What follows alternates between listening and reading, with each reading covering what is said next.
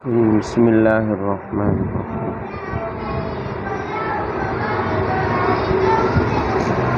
آیت نمبر 56۔ یا عبادی الذین آمنوا ان ارضی واسعۃ فایایا فاعبدون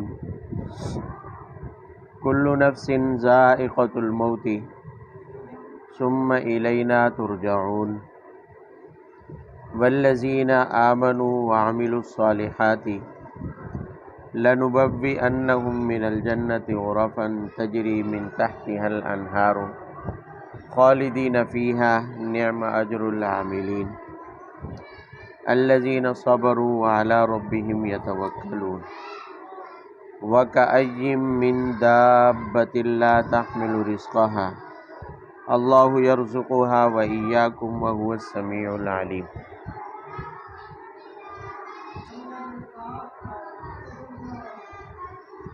ان 5 آیات میں خاص مسلمانوں کو خطاب کیا جا رہا ہے۔ سورت کے شروع میں آپ پڑھ چکے ہیں کہ یہ سورت ہجرت کے حکم کے بعد نازل ہوئی ہے۔ یوں سمجھ لیں کہ ہجرت کی تیاریاں چل رہی تھی اور ایسے میں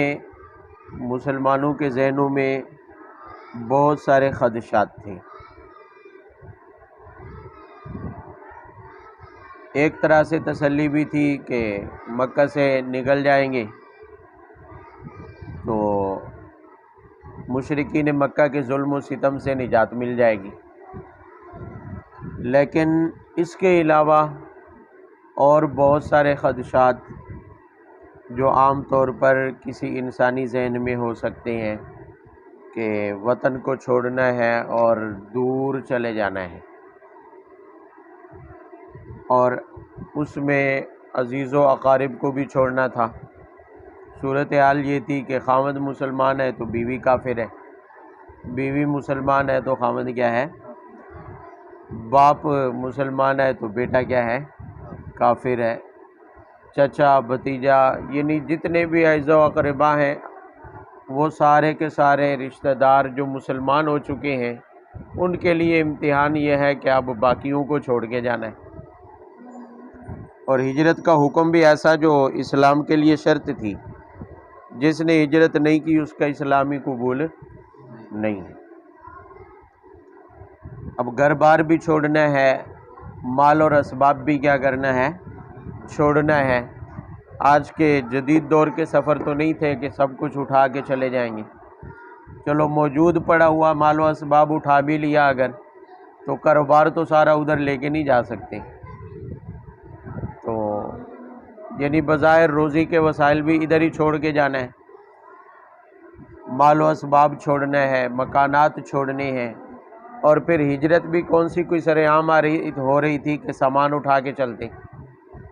بلکہ خفیہ نکلنا تھا۔ مشرکین کو خبر ہوتی تو وہ مال و اسباب ویسے بھی چھین رہے تھے، ظلم و ستم بھی، قید و بند بھی۔ تو ایسے حالات میں بہت سارے خدشات تھے مسلمانوں کے سامنے۔ تو اللہ جل شانہ نے ان آیات میں بنیادی طور پر مسلمانوں کو تسلی دی ہے۔ سب سے پہلی آیت کا تعلق تو اس کے ساتھ ہے ان مسلمانوں کے لیے کہ جو یہاں پر ملک مکہ میں ظلم و ستم کا شکار تھے، انہیں خطاب کر کے کہا گیا ہے کہ ان ارضی واسعۃ، کہ میری زمین کیا ہے؟ وسیع ہے۔ صرف مکہ ہی تو نہیں ہے زمین، رہنے کی جگہیں اور بہت ہیں، لہٰذا کسی اور سرزمین میں ہجرت کر کے چلے جائیں۔ ہاں، فایایا فاعبدون، مقصود اللہ کی بندگی ہے، چاہے وہ مکہ میں رہ کے کریں یا مکہ سے باہر رہ کر کریں۔ باقی جو پریشانیاں یہاں پیش آ رہی ہیں ان سے اگر جان چھڑانی ہے اور آگے اسلام اور مسلمانوں کو پھلتا پھولتا دیکھنا چاہتے ہیں تو پھر یہاں سے ہجرت کر کے چلے جائیں۔ کل نفس ذائقۃ الموت ثم الینا ترجعون۔ اب وہ ہجرت کوئی اتنی آسان نہیں تھی۔ اس زمانے کے پیدل سفر اور وہ بھی عرب کے صحرا میں، عرب کے پھر مال و اسباب ظاہر ہے، کھانے پینے کی اشیاء بھی ساتھ لے کے جانا، جان بچانا اور بیوی بچوں کو بھی ساتھ لے کے جانا، جس کا کوئی مال مویشی کوئی لے کے جا سکتا تھا اس کو لے کے جانا، یعنی مکمل طور پر مکے کو الوداع کہہ کے بیابانوں اور جنگلوں کے سفر طے کرتے ہوئے، جس میں مشرکین مکہ کی طرف سے تعاقب کے اندیشے بھی ہیں، راستے میں بدو، عرب کے بدو بڑے مشہور تھے، ان کی طرف سے بھی حملوں کے خدشات، کیونکہ تب تک سارا عرب تھوڑی مسلمان ہوا تھا، وہ چند ایک ہی تھے جو ہجرت کر رہے تھے، وہ بھی گنتی کے افراد۔ تو ہر لمحے موت کا خدشہ تھا، ہر لمحے۔ تو اللہ جل شانہ نے اس پر تسلی دی ہے، فرمایا کہ بغیر مال و اسباب کے بھی اگر چلے جائیں، رشتہ داروں کو، مکانات اور رہائشوں کو چھوڑ کر جانا بھی پڑے، اور اس دوران میں اگرچہ موت تک کے خدشات بھی ہوں سفر میں، سفر کی وجہ سے، تو فرمایا کل نفس ذائقۃ الموت، موت تو آنی ہے، مکہ میں رہیں موت تو تب بھی نہیں ٹلے گی، ہجرت نہ کریں موت تو تب بھی نہیں ٹلے گی، اور یہ دنیا کی زندگی چند روزہ ہے، دنیا کی زندگی چند روزہ ہے، اس لیے مال و اسباب کی فکر نہ کریں، دنیا کی اس چند روزہ زندگی کے لیے ہمیشہ ہمیشہ ایمان سے ہاتھ دھو بیٹھنا اور اپنی آخرت کو برباد کر دینا کوئی عقل مندی نہیں ہے، لہٰذا بے فکر ہو کے اللہ کے بھروسے ہجرت کر کے چلے جائے، جیسے تیسے چند روزہ زندگی ہے، کٹ جائے گی، اللہ تعالیٰ خود ہی اسباب پیدا کر دیں گے، رزق کی ذمہ داری اللہ تعالیٰ کی ہے اور اسباب بھی اللہ تعالیٰ ہی بنا دیں گے، باقی یہاں سے ایمان اور دین بچا کے نکل جانا اب تمہارے لیے کیا ہو چکا ہے، لازم۔ اور ویسے بھی ثم الینا ترجعون، موت کے بعد لوٹنا تو میری طرف ہی ہے، موت کے بعد اب ظاہر ہے اسباب کی فکر کرتے رہیں، جی مکہ میں ہمارے اسباب رہ جائیں گے، مال رہ جائے گا، عزیز و اقارب اور گھر بار چھوٹ جائے گا، تو فرمایا اس کی فکر نہ کریں، ایک دن یہ ساری چیزیں چھوڑ کے آنا تو ہے میرے پاس، ایک دن یہ ساری چیزیں چھوڑ کے، بھئی بینک بیلنس ہو، گاڑیاں ہوں، مال ہو، دولت ہو، سب کچھ ہو، جتنے بھی ڈھیر لگے ہوئے ہوں، ثم الینا ترجعون، ایک دن میری طرف لوٹ کے آنا تو ہے، لہذا دنیا میں ہی اس کا نظارہ دیکھ لیں، دنیا میں اللہ کے حکم کو پورے کرتے ہوئے اس کی بھی پریکٹس کر لیں اور تجربہ کر لیں کہ مال و اسباب کیسے چھوڑا جاتا ہے، مال و اسباب۔ اب ظاہر ہے مال و اسباب مر کے بندہ چھوڑے، وہ تو ایک مجبوری ہے کہ مرنا ہے، موت آ گئی ہے، اپنے اختیار سے چھوڑے اور اللہ کے حکم کے لیے چھوڑے، اللہ کے حکم کو پورا کرنے کے لیے اپنے مال و اسباب سے، تمام رشتہ داریوں سے، تعلقات سے، اپنے علاقے اور وطن سے اللہ کے لیے نکل جائے، صرف اللہ کو راضی کرنے کے لیے اور اللہ کے حکم کو پورا کرنے کے لیے، تو یہ کوئی گھاٹے کا سودا نہیں ہے۔ بھئی لوگ دنیا کے لیے اپنا سارا کچھ چھوڑ چھاڑ کے نکل جاتے ہیں، تو فرمایا یہاں تم کسی دنیاوی غرض سے نہیں نکل رہے ہیں، اللہ کو راضی کرنے کے لیے اور اللہ کے حکم کو پورا کرنے کے لیے نکل رہے ہیں، لہذا اللہ کے حکم کو پورا کرنے کے لیے اگر مال و اسباب چھوڑنا بھی پڑے تو یہ کوئی مشکل بات ہے نہیں، مشکل تو تھی تبھی تو تسلی دینی پڑی، لیکن قربان کے صحابہ کرام وہ تھے کہ ادھر حکم ملا اور ادھر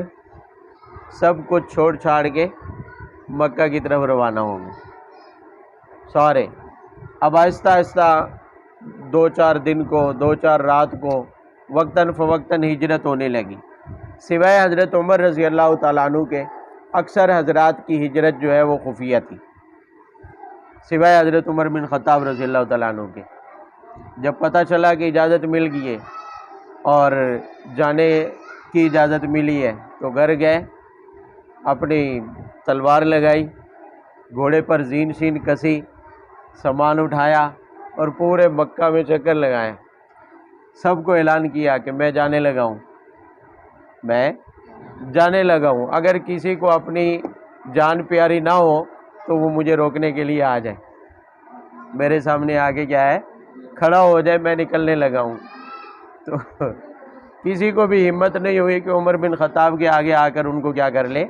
روک لے یا ان کا مال و اسباب چھین لے، کسی کو یہ ہمت نہیں ہوئی۔ ویسے وہ دل میں سوچ رہے ہوں گے کہ ٹھیک ہے بلا ٹلی بھی کسی طرح چلے جائے، ورنہ ان کے ہوتے ہوئے، حضرت عمر رضی اللہ تعالیٰ عنہ کے ہوتے ہوئے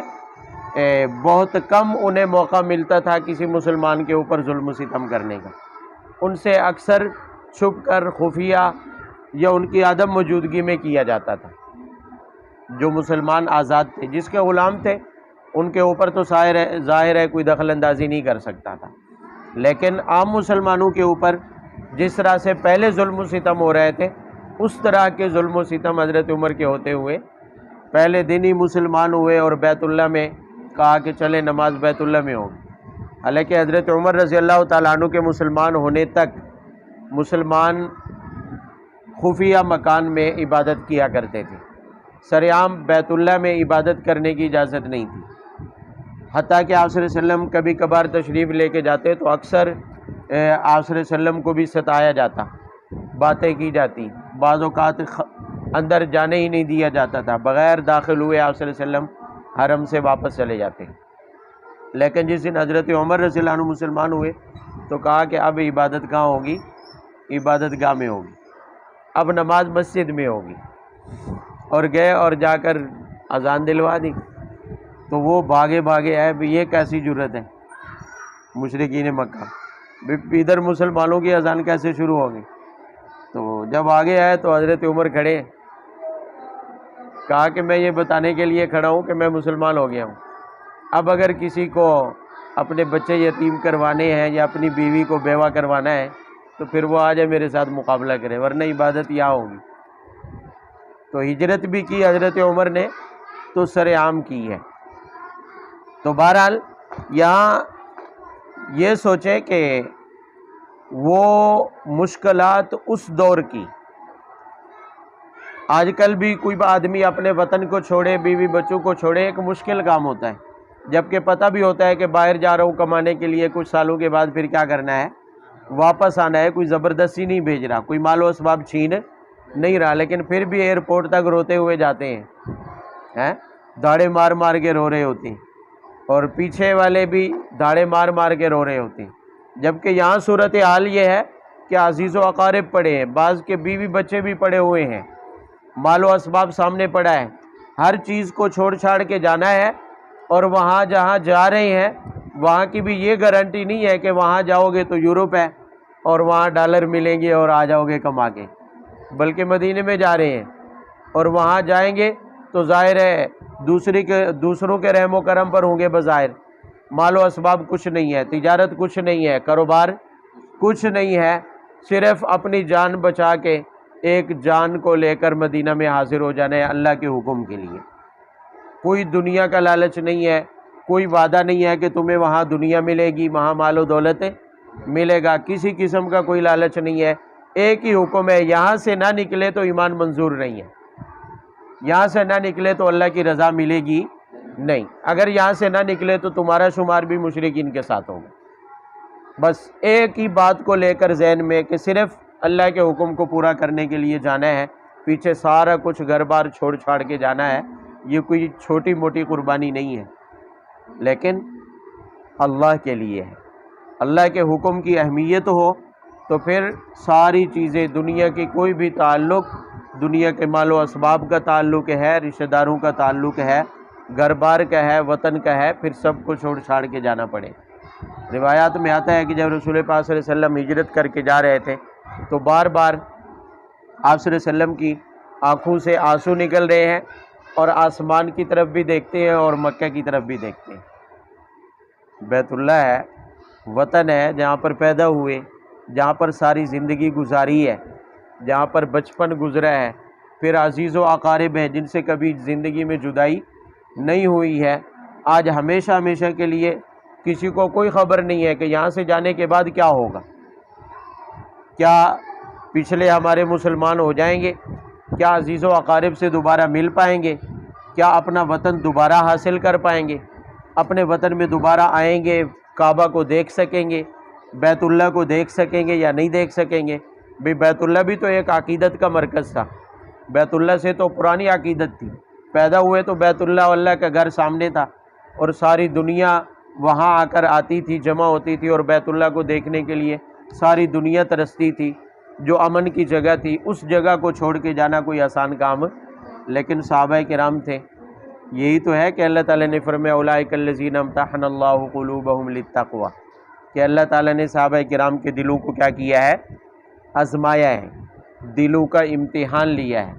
اور اس امتحان اور آزمائش کے بعد ہی اللہ رب العزت نے یہ اعلان کیا کہ اولئک هم المفلحون، کہ وہ سارے کے سارے کیا ہیں؟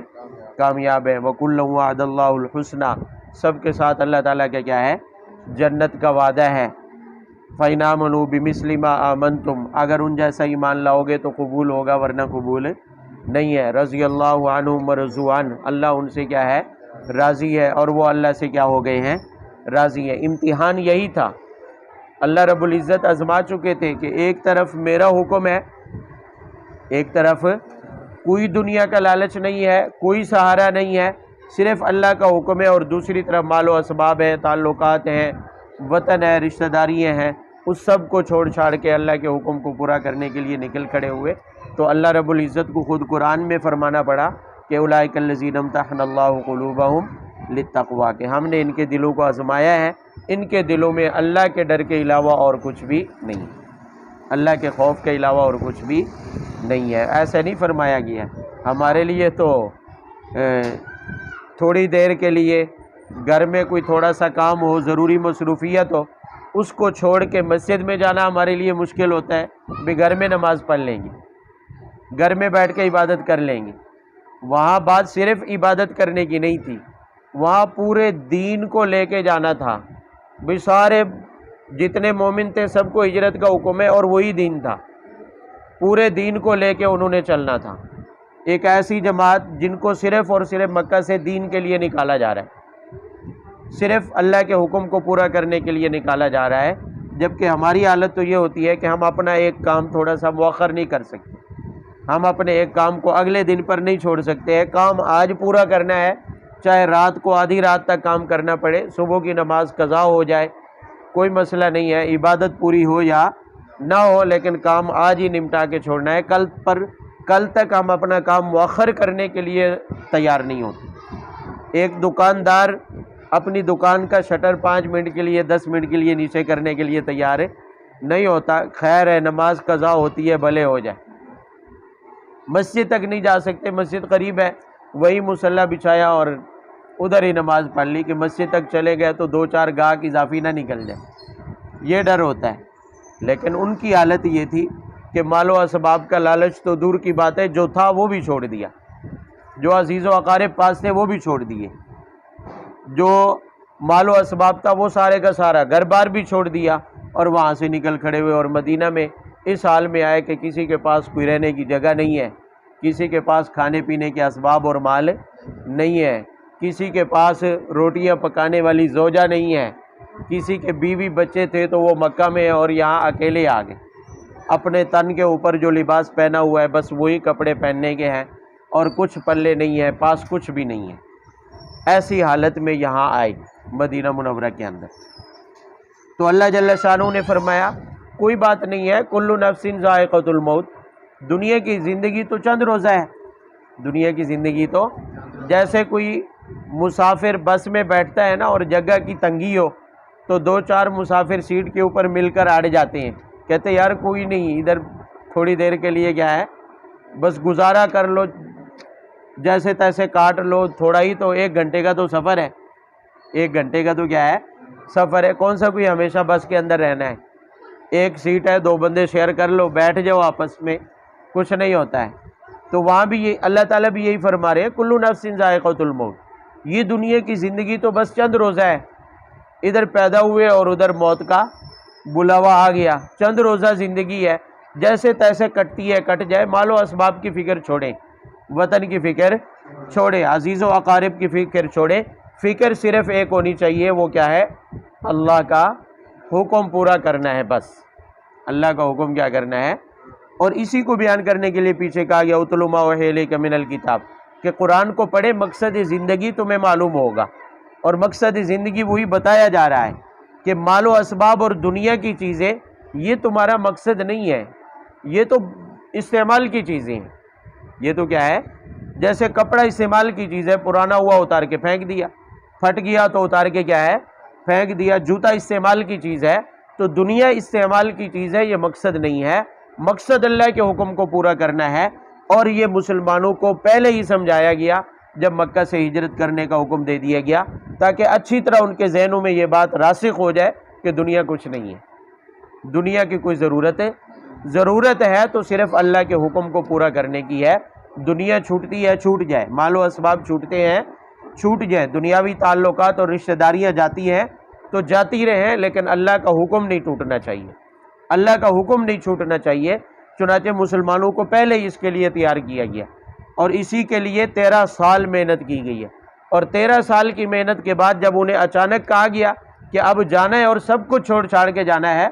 تو کسی نے مڑ کے بھی نہیں دیکھا. پیچھے گھر پڑا ہوا ہے، مال و اسباب پڑا ہے، رشتہ داریاں پڑی ہیں، تعلقات پڑے ہیں، وطن پڑا ہے، سارے سب کچھ چھوڑ چھاڑ کے اللہ کے حکم کو پورا کرنے کے لیے نکل کھڑے ہوئے، کیونکہ ان کی تربیت ہو چکی تھی، ان کی ذہن سازی ہو چکی تھی، اور ان کے دل و دماغ کے اندر یہ بات بٹھائی جا چکی تھی کہ مقصد اللہ کے حکم کو پورا کرنا ہے، دنیا کی ساری چیزیں یہ مقصود نہیں ہیں. والذین آمنوا وعملوا الصالحات لنبوئنہم من الجنۃ غرفا تجری من تحتها الانہار خالدین فیہا نعم اجر العاملین. میں نے پہلے عرض کیا کہ وہاں سے نکلتے ہوئے بندہ جب کسی نئی جگہ کو وطن بنانے کے لیے نکلتا ہے تو سب سے پہلا سوال جو ذہن میں کھڑا ہوتا ہے کہ ٹھکانہ کہاں ملے گا، ٹھکانہ رہوں گا کہاں پر رہوں گا. اب مدینہ جیسی چھوٹی سی بستی جس میں چند گنتی کے ہی گھرانے تھے جن کو انگلیوں پر گنا جا سکتا تھا، کوئی اتنا بڑا شہر نہیں تھا تب مدینہ، چند چھوٹی چھوٹی بستیاں مل کر اسے مدینہ شہر کا نام دیا جاتا تھا. تو اب ان چند گھرانوں میں ایک مسلمانوں کی ایک قابل اعتماد یعنی گنتی کے کچھ افراد اکٹھے مل کر اجتماعی طور پر وہاں جا کے ٹھہر جائیں. تو اس زمانے کے کوئی جدید اور بڑے شہر نہیں تھے کہ کراچی جیسا کروڑوں کی آبادی کا کوئی شہر ہے بھی چلو 40-50 افراد اور چلے جائیں گے تو کوئی فرق نہیں پڑے گا. بات سمجھ آ رہی ہے؟ وہاں تو وسائل بھی کم ہوتے تھے،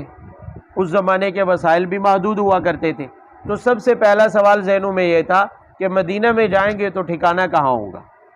رہائش کہاں ملے گی، رہیں گے کہاں پر؟ وہاں تو کوئی ہمارا گھر نہیں ہے، وہاں پر کوئی ہماری رہائش نہیں ہے. تو اللہ تعالیٰ نے اسی خدشے کو دور فرمایا لنبوئنہم من الجنۃ غرفا. دنیا میں مکانوں کی کیا ضرورت ہے؟ دنیا میں بھئی مسافر کہیں جا کر بنگلے تعمیر کرتا ہے؟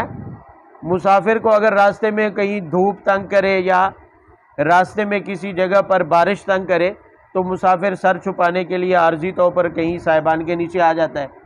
عارضی طور پر کسی دکان میں گھس جاتا ہے،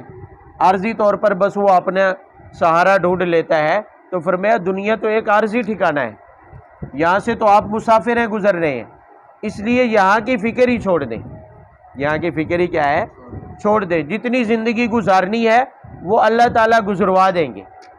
جتنا وقت یہاں کاٹنا ہے وہ اللہ تعالیٰ نے اس کے اسباب بنانے ہیں، رہائش ہے، کھانا ہے، روزی ہے، اس کے اسباب اللہ تعالیٰ بنا دیں گے. تمہاری ذمہ داری یہاں اللہ کے احکام کو پورا کرنا ہے. ہاں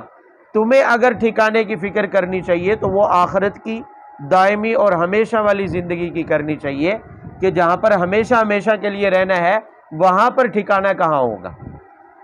وہاں پر ٹھکانہ کیسا ہوگا، جنت میں ہوگا یا جہنم میں، وہاں پر مکان اچھا ہوگا یا گندا ہوگا، رہنے کی جگہ اچھی ہوگی یا گندی ہوگی، وہاں کے بارے میں سوچے یا دنیا کے عارضی زندگی کے ٹھکانوں کے بارے میں سوچنے کی ضرورت ہے. اس لیے اللہ تعالیٰ نے تسلی دیتے ہوئے یہ نہیں فرمایا کہ مدینہ میں تمہارے لیے کوٹھیاں بن جائیں گی، مدینے میں جاؤ گے تو تمہارے لیے بالا خانے بن جائیں گے یا محلات تعمیر شدہ تمہیں مل جائیں گے، بلکہ فرمایا لنبوئنہم من الجنۃ غرفا. یہاں سے نکلو، اللہ کے حکم کو پورا کرنے کے لیے سب کچھ چھوڑ دو، ٹھکانہ تمہارے لیے جنت میں تیار ہوگا، محلات تمہارے لیے جنت میں تیار ہوں گے، مدینہ میں نہیں. مدینہ میں خدشات تو تھے کہ مدینہ میں جا رہے ہیں تو کہاں رہیں گے. اللہ نے اس کے بارے میں کچھ بھی نہیں فرمایا، ڈائریکٹ فرمایا کہ آخرت کے بارے میں سوچو کہ جنت کی زندگی میں تمہیں ہم ٹھکانہ دیں گے۔ یعنی دنیا میں جو مشکلات تم کیا ہے برداشت کر رہے ہو، ہجرت کی وجہ سے جو تمہارے سہولیات اور آسانیاں تم سے چھوٹ رہی ہیں، اس کا بدلہ تمہیں جنت میں بالا خانوں کی صورت میں ملے گا۔ اور مدینہ میں ٹھکانہ کیسا ہوگا اس کے بارے میں بات ہی نہیں کی ہے، یہاں اشارہ اسی بات کی طرف ہے، سمجھانا یہی ہے کہ دنیا کے ٹھکانے کی فکر ہی چھوڑ دیں۔ وہاں جو اللہ نے فرمایا نا وَمَا مِن دَابَّةٍ إِلَّا عَلَى اللَّهِ رِزْقُهَا، اس رزق میں مال و اسباب کے ساتھ ساتھ رزق صرف کھانے پینے کی چیزوں کو نہیں کہتے ہیں، بلکہ مکان اور رہائش اور ٹھکانے بھی رزق میں شامل ہے، اولاد بھی رزق میں کیا ہے شامل ہے۔ تو اللہ تعالیٰ نے جو یہ فرما دیا قرآن میں کہ ہر جاندار کا رزق میرے ذمے ہے، تو اللہ تعالیٰ اسی طرف اشارہ فرما رہے ہیں کہ مدینہ میں جا کر تمہیں یہ سوچنے کی ضرورت نہیں ہے کہ رہیں گے کہاں پر، کھائیں گے کہاں سے، مال و اسباب کہاں سے آئے گا، وہ تو میری ذمہ داری ہے، وہ تو کیا ہے میری ذمہ داری ہے۔ ہاں تمہیں اگر کسی جگہ پر ٹھکانے کی، رزق کی، کھانے پینے کی فکر کرنی ہے تو وہ جنت ہے، کیونکہ وہ مفت میں نہیں ملے گا، وہ مفت میں دنیا میں مل جائے گا، مفت میں دنیا میں اگر گھر میں بھی پڑے رہو تو اللہ نے جو زندگی لکھی ہے اور رزق جو مقدر میں لکھا ہے وہ ملے گا۔ ایک ٹکے کا کام بھی نہ کرو، کسی کام کو ہاتھ نہ لگاؤ، کھانا ملے گا، رزق ملے گا جو اللہ تعالیٰ نے لکھ دیا ہے۔ لیکن آخرت میں جب جنت میں جاؤ گے تو اس کے لیے تمہیں ٹکٹ لینا پڑے گا، اور وہ ٹکٹ قیمتی ہے، اس کے لیے تمہیں اعمال کرنے پڑیں گے، اس کی قیمت ادا کرنی پڑے گی، اور یہ ہجرت کرنا اور مال و اسباب چھوڑنا بھی اسی کی قیمت ہے، جہاد کے لیے جانا بھی اسی کی کیا ہے، نماز پڑھنا بھی اسی کی قیمت کی ادائیگی ہے، رشتہ داروں اور تعلقات کو چھوڑنا بھی کیا ہے، یہ اسی کی قیمت ہے۔ لہذا تم قیمت ادا کرتے جاؤ اور یہاں سے ہجرت کرو، اور اللہ تعالیٰ اس کے بدلے میں جنت میں تمہیں کیا دیں گے، ٹھکانہ دیں گے۔ اور ٹھکانہ بھی عام نہیں ہوگا، فرمایا لَنُبَوِّئَنَّهُم مِّنَ الْجَنَّةِ غُرَفًا، ایسے بالا خانے اور محلات کہ تجری من تحتها الانہار، وہاں ان کے نیچے سے نہریں بھی بہتی ہوں گی، خالدین فیہا، ڈرو نہیں۔ مکہ چھوڑنا پڑا ہے، جنت چھوڑنی بھی نہیں پڑے گی، جنت میں جاؤ گے تو اس میں کیا ہوگا، ہمیشہ رہو گے۔ ایسا نہیں ہے کہ جنت میں بھی پھر تمہیں ہجرت کا آرڈر آ جائے کہ نکلو یہاں سے ہجرت کرو، فرمایا خالدین فیہا، وہاں ہمیشہ رہیں گے۔ نعم اجر العاملین، عمل کرنے والوں کا اجر ہی بہتر ہے۔ الذین صبروا علی ربہم یتوکلون، اس آیت کے دو جملے ہیں، الذین صبروا وعلی ربہم یتوکلون، یہ دونوں عاملین کی صفت ہے۔ فرمایا کہ آخرت میں تمہیں ملیں گے بالا خانے، جنت میں نہریں ہوں گی، پانی بھی وافر مقدار میں ہوگا، یہ سہولیات ملیں گی اس کو جو عمل کرنے والا ہوگا، جو کیا کرنے والا ہوگا۔ اور عمل کرنے والے کے بارے میں سوال پیدا ہوتا ہے کہ یہاں عاملین سے مراد کون ہے، عاملین سے مراد کون ہے؟ دو صفتیں بیان کر کے تعارف کروا دیا کہ یہاں عاملین سے مراد وہ ہیں جو صبر کرنے والے ہوں اور اللہ پر بھروسہ کرنے والے ہوں۔ کیا کرنے والے ہوں؟ اللہ پر۔ بھئی مسلمانوں کے سامنے اس وقت دو ہی چیزیں تھیں، ایک تو یہ ہے کہ جو موجود ہے یہ چھوڑنا پڑ رہا ہے، یہ کیا ہے، اس کا غم تھا، اور دوسرا یہ کہ جہاں جا رہی ہیں وہاں کیا ہوگا، وہاں کیسے کٹے گی، یہ دو ہی سوال تھے، اور ان دونوں معاملات کے بارے میں مسلمانوں کے دل و دماغ کے اندر خدشات تھے۔ اللہ تعالیٰ نے دونوں دور فرما دیے، فرمایا یہ دو صفتیں پیدا کر لو اپنے اندر، اس کو چھوڑنا جو موجود ہے اس کو چھوڑنا آسان ہوگا، اور جہاں جا رہے ہیں اس کے بارے میں جو آپ کے ذہنوں میں خوف ہے، خدشات ہیں، وہ بھی خود بخود کیا ہو جائیں گے، نکل جائیں گے۔ کون سی دو صفات؟ فرمایا صبر، پہلی جو چھوڑ رہے ہو یقیناً تکلیف دہ ہے، مال و اسباب کو چھوڑنا، گھر بار کو چھوڑنا ایک تکلیف دہ عمل ہے، لیکن صبر، اس کے اوپر کیا کرنا پڑے گا، تمہیں صبر کرنا پڑے گا۔ آپ نے پڑھا ہوا ہے صبر کس کو کہتے ہیں، حبس النفس علی ما تکرہ، کہ نفس کو اس کام کے اوپر پابند کر دینا جو نفس کو ناپسند ہے۔ اب بھلا کس کا نفس چاہتا ہے کہ مال و اسباب چھوڑ جائے، گھر بار کو چھوڑ جائے، بیوی بچوں کو چھوڑ جائے، رشتہ داریوں اور تعلقات کو چھوڑ دے، کسی کا بھی نفس نہیں چاہتا۔ اللہ تعالیٰ فرماتے ہیں صبرو، اس کے اوپر تم کیا کر لو، صبر والی صفت پیدا کر لو۔ اور رہی بات کہ اس خدشے کی کہ وہاں کیا ہوگا، فرمایا علی ربہم یتوکلون، اللہ پر کیا کر لو، بھروسہ، اللہ پر کیا کر لو۔ اور اللہ تعالیٰ کے پاس اتنی طاقت ہے کہ ہجرت کے سفر میں بھی تمہاری حفاظت کر سکتا ہے، اور وہاں جاؤ گے تو تمہارے لیے رہنے کا انتظام بھی اللہ تعالیٰ فرما سکتے ہیں۔ اتنی طاقت اللہ کے پاس ہے، دنیا کی کوئی طاقت تمہیں نقصان نہیں پہنچا سکتی اگر تمہارا بھروسہ اللہ کی ذات پر ہے۔ اگر تمہارا بھروسہ کس پر ہے، اللہ کی ذات پر ہے، تو پھر دنیا کی کوئی طاقت تمہیں کوئی نقصان نہیں پہنچا سکتی ہے۔ اور یہ صفت صحابہ کرام کے اندر واقعی میں پیدا ہوئی تھی، یہی نہیں ہے کہ اللہ تعالیٰ نے ادھر فرما دیا اور ہمارے جیسے تھے نکمے کہ سنا اور بے عمل ہو گئے، سنا اور عمل کرنے کے بارے میں سوچا ہی۔ اللہ تعالیٰ نے فرمایا یہ دو صفات پیدا کرو کہ جو موجود ہے اس کے چھوڑنے کا غم بھی ختم ہو جائے گا، اور آنے والے خدشات بھی کیا ہو جائیں گے، ختم ہو جائیں گے۔ صبر پیدا کرو، موجودہ مال و اسباب چھوڑنے کا غم ختم ہو جائے گا، کیونکہ صبر کر رہے ہیں، اللہ کے لیے صبر کر رہے ہیں اور اپنے نفس کو آمادہ کر رہے ہیں، اور آنے والے خدشات بھی دور ہو جائیں گے جب اللہ کی ذات پر کیا ہوگا، بھروسہ ہوگا۔ جب یہ دو چیزیں اپنے اندر پیدا کر لو گے تو پھر تمہیں کسی چیز کی کوئی فکر نہیں ہوگی اور پریشانی نہیں ہوگی، پھر جہاں حکم ہوگا بس ادھر ہی چل پڑیں گے۔ ایک دفعہ حضرت عمر رضی اللہ تعالیٰ عنہ جب بیت المقدس شام میں تشریف لے گئے، مشہور واقعہ ہے اپنے دور عمارت میں، اپنے دور خلافت میں، بیت المقدس کے عیسائیوں نے یہ شرط رکھی تھی کہ تمہارا امیر المومنین یہاں خود آئے اور ہمارے ساتھ معاہدہ کرے تو ہم صلح کر کے پورا شہر تمہارے حوالے کرنے کے لیے کیا ہیں، تیار ہیں بغیر جنگ کے۔ تو حضرت عمر رضی اللہ تعالیٰ عنہ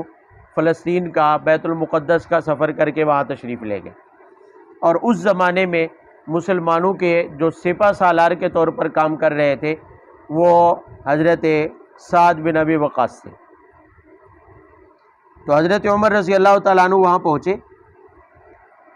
غالباً سعد بن ابی وقاص یا ابو عبیدہ بن جراح، ابو عبیدہ بن جراح، اور حضرت خالد بن ولید تب تک ان کی ماتحتی میں تھے۔ تو وہاں پر تشریف لے گئے، تو باتوں باتوں میں اپنے جہاں پر فوج نے، مسلمانوں نے پڑاؤ ڈالا ہوا تھا، جہاں پر اپنے بستی آباد کی ہوئی تھی، جہاں پر رہائش رکھی ہوئی تھی، وہاں پر چلے گئے۔ تو وہاں حضرت ابو عبیدہ بن جراح رضی اللہ تعالیٰ عنہ کے جو ٹھکانہ تھا، خیمہ تھا، اس کے اندر بھی تشریف لے گئے۔ تو جا کر دیکھا کہ ایک کونے میں زرہ لٹکی ہوئی ہے، دو چار تلواریں ہیں، برچیاں ہیں، اور باہر گھوڑا بندھا ہوا ہے، بس اس کے علاوہ کچھ بھی نہیں ہے، نہ بستر ہے، نہ گدا ہے، نہ کچھ ہے، کچھ بھی نہیں ہے۔ لیکن وہ سپہ سالار جو پورے عراق کو فتح کر چکا ہے، شام میں قدم رکھ چکے ہیں اور ایران کے اندر داخل ہونے والے ہیں، اس سپہ سالار کے خیمے میں گدے شدے، باقی مال و اسباب کچھ نہیں ہے، برتن بھی نہیں ہے، صرف تلوار نظر آ رہی ہے، زرہ نظر آ رہی ہے، بس جنگی اسباب نظر آ رہے ہیں اور کچھ بھی نہیں ہے۔ تو حضرت عمر نے کہا کہ جناب کوئی اپنے استعمال کی کوئی چیزیں بھی رکھ لیتے، اپنے استعمال کی کوئی چیزیں بھی رکھ لیتے۔ تو کہنے لگے عمر بات یہ ہے کہ کیا کریں گے، جو ہماری ضرورت ہے تلوار وہ موجود ہے، گھوڑا ضرورت ہے وہ کیا ہے، موجود ہے، اور اسلحہ جو جنگ کے لیے ضرورت ہے وہ بھی کیا ہے، موجود ہے۔ اس کے علاوہ کس چیز کی ضرورت ہے، رزق اللہ کے ذمے ہے۔ باقی زمین پر بھی لیٹ جاتے ہیں بغیر گدے کے، درختوں کے پتوں کے اوپر بھی آرام سے نیند آ جاتی ہے، اور جب نیند ختم ہو جاتی ہے تو گھوڑا ہے اور ہمیں اپنا کام چل رہا ہے، تو کیا ضرورت ہے مال و اسباب جمع کرنے کی۔ اسی طرح اسی سفر میں حضرت خالد بن ولید رضی اللہ تعالیٰ عنہ استقبال کرنے والوں میں سب سے آگے پہلے آئے، چونکہ محاصرہ کرنے والوں میں شامل تھے، بیت المقدس کا محاصرہ بھی کرنے والوں میں خالد بن ولید بھی شامل تھے۔ تو حضرت عمر رضی اللہ تعالیٰ عنہ کے سامنے آئے تو ناگواری ان کے چہرے پر ظاہر ہوئی حضرت عمر کے۔ تو حضرت خالد بن ولید پہچان گئے، پتہ تھا عمر کے مزاج کو جانتے تھے، تو فوراً جو اوپر لباس پہنا ہوا تھا اسے ہٹایا، ایسے ہٹا کے کہا عمر کو کہ ہم اندر وہی کچھ ہیں، یہ جو میں نے اوپر پہنا ہوا ہے یہ ابھی پہن کے آیا ہوں، چونکہ یہاں عیسائیوں کے وفود موجود ہیں، بڑے بڑے شاہان موجود ہیں، یہاں پر بڑے عمراء موجود ہیں، تو بس ان کے اوپر رعب قائم رکھنے کے لیے کہ آخر میں سپہ سالار ہوں، آخر میں کیا ہوں، جرنیل ہوں، جنگ میں قیادت کرنے والا ہوں، تو اگر ان کے سامنے میں پھٹا پرانا لباس ایسے پہن کے آ جاؤں تو میرا ان کے اوپر رعب کہاں قائم ہوگا؟ بس یہ ان پر رعب قائم رکھنے کے لیے میں نے یہ اوپر کیا پہن لیا ہے، کچھ اچھا لباس پہن لیا ہے جس سے آپ کو یہ لش پش کی بو آ رہی ہے، لیکن نیچے وہی کچھ ہے۔ جب ہٹایا تو نیچے وہ ہتھیار لٹک رہے تھے کمر کے ساتھ، اور ہتھیاروں کے ساتھ ساتھ وہ پھٹا پرانا جو لباس اپنا مدینہ سے پہن کے آئے تھے، نیچے وہی پھٹا پرانا لباس تھا۔ تو عمر نے کہا بس ٹھیک ہے، تسلی ہوگی، رہنے دی۔ یہ حالات تھے ان کے۔ بصرہ شہر آباد کیا، تو بصرہ اور کوفہ دونوں شہر حضرت عمر نے اپنے زمانے میں آباد کیے، تو سینکڑوں صحابہ کرام کو بصرہ شہر میں آباد کیا۔ اس زمانے کے لحاظ سے جدید سہولیات سے آراستہ شہر تھا، اس دور کے لحاظ سے گلیاں، سڑکیں، مکانات خود حضرت عمر نے تعمیر کروائے تھے، اور حکومتیں جب کسی شہر کو آباد کرتی ہیں اور تعمیر کرتی ہیں تو اچھی طرح سے سارے انتظامات دیکھے جاتے ہیں، تو اس دور کی ساری سہولیات تھی۔ تو بہت سارے صحابہ کرام ایسے تھے جنہوں نے کچھ ہی عرصہ وہاں رہنے کے بعد اپنا بوریا بستر اٹھایا اور مدینہ میں پہنچ گئے۔ حضرت عمر پوچھتے کہ کیا ہوا؟ ہم تو تمہیں اچھی جگہ رہائش دے کر آئے، مکان بھی تمہیں دے کے آئے، زمینیں بھی الاٹ کر کے آئے، تو انہوں نے کہا ہمیں نہ مکان چاہیے نہ زمینیں چاہیے، خود جا کے رہ لو۔ وہاں رہ کے تو ہماری حالت یہ ہو گئی ہے کہ کسی کام کو دل نہیں کرتا ہے، وہاں تو ہم سہولت پرست ہو گئے ہیں، وہاں تو ہماری طبیعتیں بگڑ رہی ہیں، اگر ہم وہاں رہے تو جہاد کون کرے گا، لڑائی میں کون جائے گا، لہٰذا ہمیں مدینہ ہی ٹھیک ہے۔ بھلے یہاں بھوک سے مرتے رہیں لیکن اس طرح عیاشی تو نہیں ہوگی، اس لیے کہ جب جسم آرام کو پسند کرنے لگتا ہے، آرام پسند ہو جاتا ہے جب جسم، تو پھر تلوار اٹھانے کے کہاں قابل ہوتا ہے، پھر تو وہی حالت ہوگی نا۔ اس نے کہا کہ میرا دل کرتا ہے کہ کیا ہو جاؤں، شہید ہو جاؤں، کیا ہو جاؤں، شہید ہو جاؤں۔ تو کسی نے کہا جا مر، جنگ میں شہید ہو جا، جنگ میں جائے گا تو شہید ہوگا، گھر بیٹھے ہوئے کیسے شہید ہوگا؟ تو کہنے لگا کہ سنا ہے ادھر جان سے مار دیتے ہیں، سنا ہے ادھر جان سے مار دیتے ہیں۔ انہوں نے کہا پھر ٹھیک ہے، پڑے رہو ادھر، جان بھی بچانی ہے اور شہادت بھی چاہیے، جان بھی بچانی ہے اور شہادت بھی چاہیے۔ وہ ایک بندہ نا پیٹ میں رسی باندھ کے نا زور لگا رہا ہے، لٹکنے کی کوشش کر رہا ہے، پیٹ میں رسی باندھی ہوئی ہے،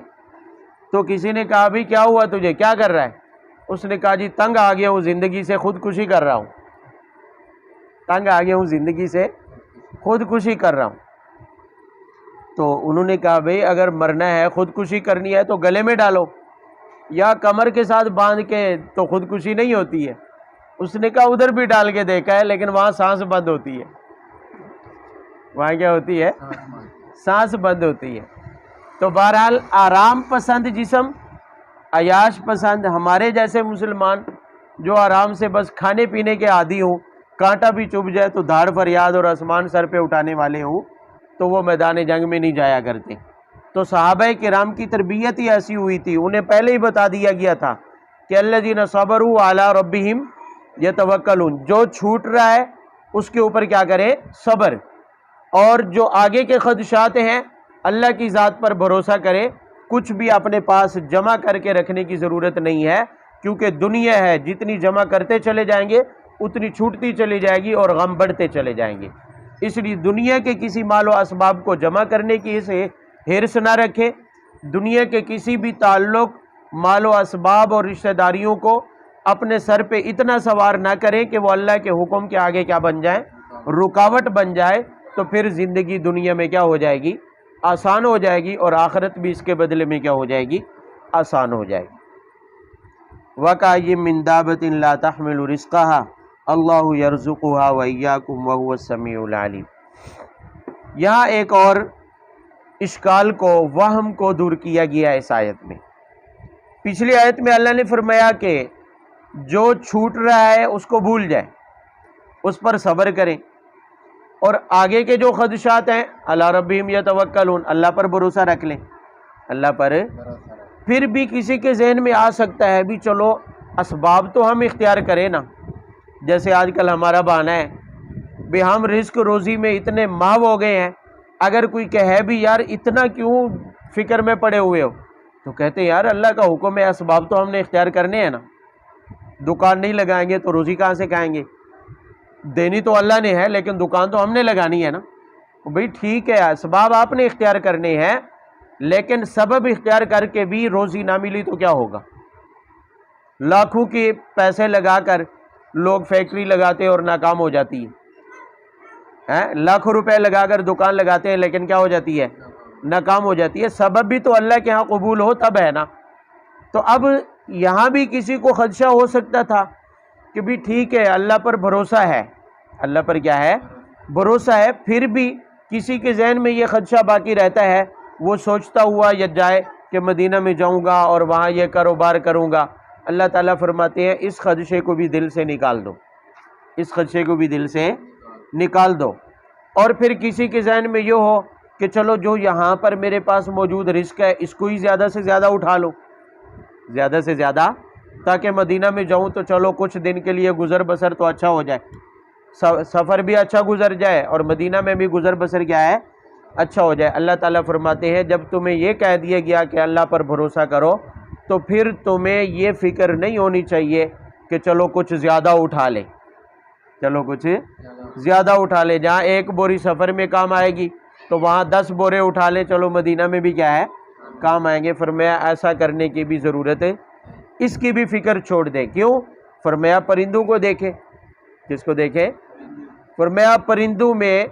بہت سارے پرندے، جانداروں میں بہت سارے جاندار ایسے ہیں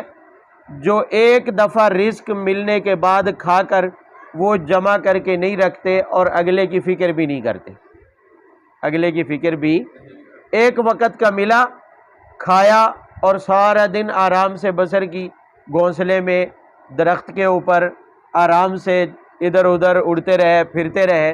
اور پھر جب شام کا ٹائم ہوتا ہے تو پھر رزق ڈھونڈنا شروع ہوتے ہیں اور اللہ تعالیٰ دے دیتا ہے۔ اللہ تعالیٰ گھروں میں دیکھا ہوگا کہ صبح کے وقت کوے آتے ہیں اور شام کے وقت آتے ہیں جمع کر کے۔ کبھی آپ نے دیکھا ہے کہ کوے کے کسی گھونسلے میں آپ کو ملا ہو کہ اس نے ٹکر شکر جمع کر کے رکھے ہوئے ہوں؟ تازہ ٹکر بچے کے ہاتھ سے چھین کے لے جاتا ہے اور کھا لیتا ہے۔ صبح کے وقت اکثر پرندے ایسا ہی ہوتا ہے کہ صبح کے وقت نکلتے ہیں، جب پیٹ بھر گیا تو سارا دن آرام سے کسی شاخ کے اوپر بیٹھ کے گزاریں گے، گھونسلے کے اوپر بیٹھ کر کیا ہے؟ گزار دیں گے، کہیں پر چھاؤں میں سائے میں بیٹھ کر گزار دیں گے سارا دن۔ پھر جب بھوک لگے گی تو تب گھونسلے سے کیا ہے؟ نکلیں گے، تب درخت سے اڑ کر نکلیں گے اور پھر اڑتے اڑتے کہیں بھی پہنچ کر اللہ تعالیٰ کوئی نہ کوئی چیز کھانے کی ان کو دستیاب کر دیں گے، اور وہ پیٹ بھرنے کے بعد پھر آرام سے سو جائیں گے رات، اور پھر صبح نکل جائیں گے روزی کے لیے۔ تو فرمایا ان پرندوں کی طرح تم بھی اللہ کی ذات پر کیا کرو؟ بھروسہ کر لو۔ آج یہاں مکہ سے ایسے نکل جاؤ جیسے پرندہ نکلتا ہے، مکہ سے ایسے نکل جاؤ جیسے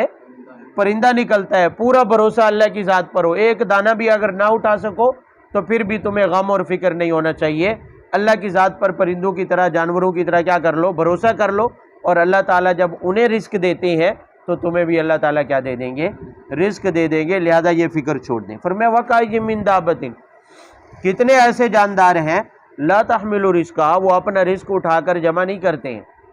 اگر ذخیرہ کر کے رکھتے نہیں ہے۔ پاکستانی نہیں ہے کہ ذخیرہ اندوزی کرے ہیں، پتہ نہیں کتنی ہزاروں ٹن، سینکڑوں بوریاں چینی کی برآمد ہو رہی ہیں، اللہ معاف کرے، حرام ہے۔ یہ جو مہنگائی ہو رہی ہے نا، چینی مہنگی ہو گئی اور برآمدگی کتنی ہو رہی ہے؟ کہیں ہزاروں ٹن ہے، ہزاروں بوریاں برآمد ہو رہی ہیں ایک ایک گودام سے، ایک ایک تاجر سے، ایک ایک دکاندار سے، ایک عام آدمی سے سینکڑوں بوریاں چینی کی برآمد ہو رہی، وہ اسی غرض سے رکھی ہوئی ہیں، جمع کی گئی ہیں کہ مہنگی ہوگی پھر بیچیں گے، اسی نیت سے رکھی ہوئی ہے۔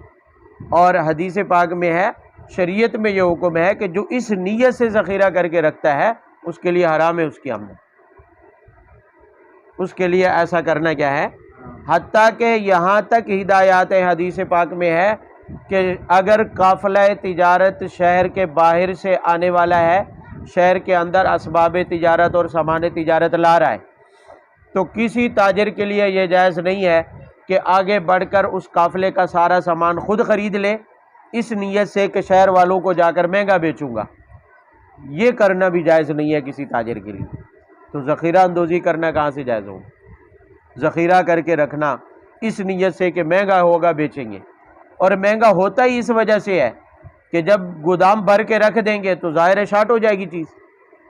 کمی ہو جائے گی، اور جب کسی چیز کی کمی ہوتی ہے تو اس کا ریٹ بڑھ جاتا ہے، خواہ میں ریٹ بڑھے گا۔ اسی نیت سے ہی ذخیرہ کیا ہوا ہے تاکہ مہنگا ہو جائے پھر بیچوں گا، تو یہ حرام ہے اس کے لیے۔ تو وہ لاکھوں ٹن ہے، ہزاروں ٹن رکھا ہوا ہے، جتنا بھی رکھا ہوا ہے اس کا ایک ایک دانہ اس کے لیے کیا ہو گیا؟ حرام، صرف اس وجہ سے کہ اس نے اس نیت سے رکھا ہوا ہے کہ پھر مہنگا ہوگا تو بیچوں گا،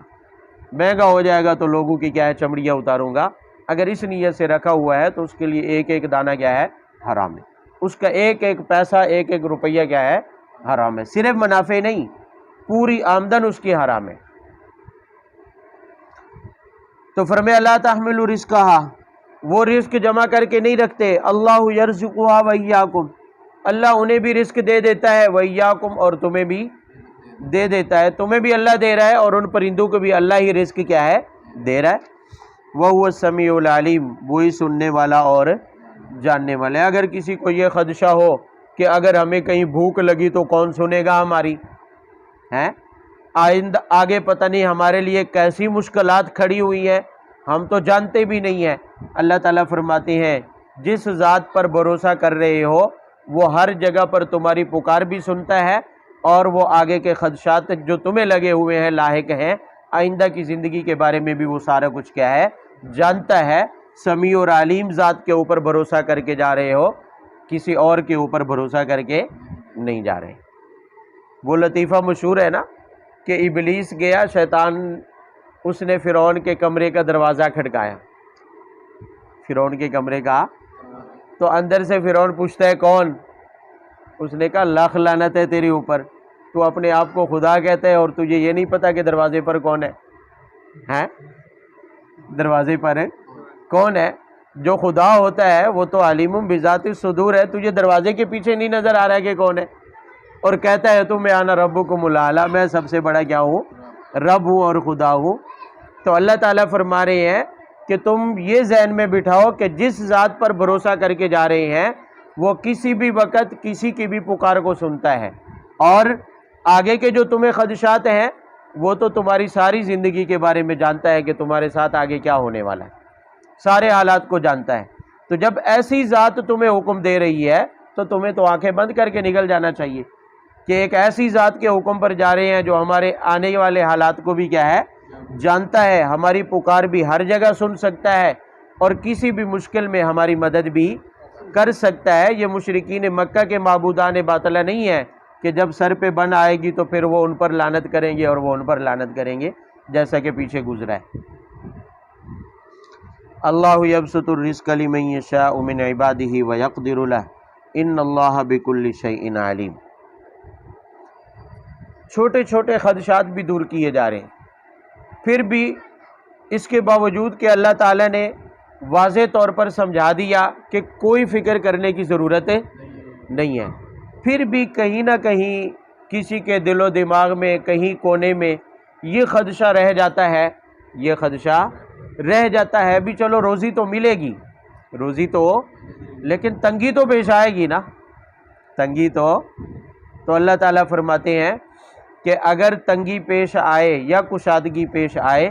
وہ تو اللہ کے ہاتھ میں ہے۔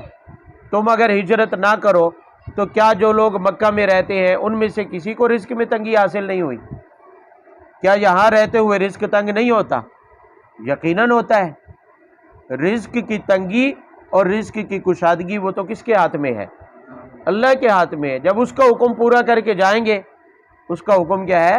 پورا کر کے جائیں گے، تو رزق کی تنگی اور کشادگی کے فیصلے اسی کے ہاتھوں ہونے والے ہیں۔ لہٰذا یہ جو چھوٹے موٹے خدشات کیا ہیں موجود ہے کہ کہیں ایسا نہ ہو کہ رزق تو ملے گا، کہیں تنگ نہ ہو، کھانا تو ملے گا، کہیں 2 روٹیوں کی بجائے 1 روٹی نہ ملے، ایسا نہ ہو کہ 2 وقت کی بجائے کہیں 1 وقت کا کھانا ملے، تو اللہ تعالیٰ فرماتے ہیں وہ تو یہاں بھی ہو سکتا ہے، اس لیے کہ اللہ یبسط الرزق لمن یشاء ویقدر، یہ رزق کی تنگی اور کشادگی تو اللہ تعالیٰ کے ہاتھ میں ہے، لہذا اس کے بارے میں تمہیں فکر مند ہونے کی ضرورت نہیں ہے۔ ان اللہ بکل شیء علیم، اللہ تعالیٰ ہر چیز کو، ہر ذرے کو جانتا ہے، لہذا ایسی ذات تمہیں جب حکم دے رہی ہے تو اب اس کے آگے کچھ اور خدشہ باقی چھوڑنا دل و دماغ میں، اس کی کوئی ضرورت نہیں۔ بھئی ایک یہ ہے کہ میں 8 10 20 بندوں کو کہتا ہوں کہ بھئی نکلو یہاں سے کراچی چلتے ہیں، نکلو یہاں سے کراچی چلتے ہیں، کھانا پینا رہنا اخراجات 5 سٹار ہوٹل کا کرایہ میرے ذمے ہے، تو سارے فکر میں پڑ جائیں گے، بھئی اپنی حیثیت تو دیکھ، اپنی حیثیت تو دیکھ 5 سٹار ہوٹل والی ہے، خود کے پاس سواری کے قابل کوئی اچھی سی گاڑی نہیں ہے، اور ہمیں کہتا ہے کہ تمہارا سارا خرچہ کراچی تک جانے کا اور وہاں رہنے کا میری طرف سے ہوگا، کوئی بھروسہ نہیں کرے گا۔ لیکن اگر یہ آرڈر وزیر اعظم کی طرف سے آ جائے اور وہ کہے جی 5 سٹار ہوٹل، تمہارے سارے اخراجات مہینہ بھر کے چلو کراچی تو کیا امریکہ تک جانے کے لیے تیار ہو جائیں گے، بھی وزیر اعظم کہہ رہا ہے، اس کے ہاتھ میں تو سب کچھ ہے، اس کے ہاتھ میں تو کیا ہے، سب کچھ ہے۔ تو اللہ رب العزت جو اس پوری کائنات کا اصل مالک ہے، جو اس پوری کائنات کے خزانوں کا پیدا کرنے والا ہے، وہ اللہ تعالیٰ فرما رہا ہے نکلو میرے اوپر بھروسہ رکھو، نکلو میرے اوپر۔ جن کا یقین تھا وہ نکل پڑے، جنہیں یقین تھا وہ ایسا ہی یقین تھا جیسے کوئی آج وزیر اعظم کی بات کے اوپر یقین کر کے کیا ہے نکل کھڑا ہو، اور یہ سوچ لے کہ وزیر اعظم ہے بھائی کر لے گا بندوبست، اس کے لیے کون سا کوئی مشکل ہے، اس نے تو آرڈر کرنا ہے۔ یہاں تو صورتحال یہ ہے کہ وزیر اعظم تو چلو کسی سے کروائے گا، اس کو اسباب اختیار کرنے پڑیں گے، لیکن یہاں تو اس ذات کا وعدہ ہے رزق کا جو صرف کن کہتا ہے فیکون آگے ہو جاتا ہے، اسے تو اسباب بھی اختیار کرنے کی ضرورت ہے، وہ تو بغیر اسباب کے اسے درمیان میں واسطے بھی رکھنے کی ضرورت نہیں ہوتی، اسباب بھی رکھنے کی ضرورت ہے۔ اللہ کے اوپر بھروسہ کریں گے تو وہ اللہ تعالیٰ یہ نہیں کہیں گے کہ لو 1000 روپے اور جا کے کھانا خرید لو، اللہ تعالیٰ کا حکم تو کن سے ہوگا اور سب کچھ تمہاری طرف کیا ہو جائے گا، میسر ہو جائے گا۔ بنی اسرائیل کا واقعہ نہیں پڑھا آپ نے کہ وادی یتیم میں 40 سال تک ان کے اوپر سزا ملی، 40 سال تک وادی یتیم میں گھومتے رہے، سوال پیدا ہوا کھائیں گے کیا، سزا تو بھگت رہے ہیں، کھائیں گے کہاں سے، اور ایک ہی وادی میں گھومنا ہے، صبح اٹھے چلتے چلتے پھر شام کو ادھر ہی پہنچ جاتے، سزا بھگت رہے ہیں۔ کھانے پینے کا جب دل و دماغ میں سوال پیدا ہوا تو اللہ کی طرف سے آسمان سے مانا اور سلوہ نازل ہونا شروع ہوگی، تو وہ تو بے نیاز ذات ہے، اسے اسباب کی کوئی ضرورت ہے، درختوں کے پتوں کے اوپر خود بخود کھانا اگنا شروع ہو گیا، کھانے پینے کی چیزیں درختوں کے پتوں پر لگنا شروع ہو گئی، پرندے ایسے سامنے آ کر بیٹھ جاتے، جب کھانے کا ٹائم ہوتا تو پرندے سامنے آ کے بیٹھ جاتے، بھی ذبح کرو ہمیں کھاؤ، وہ ان کو آرام سے پکڑ کر ذبح کر کے کیا ہے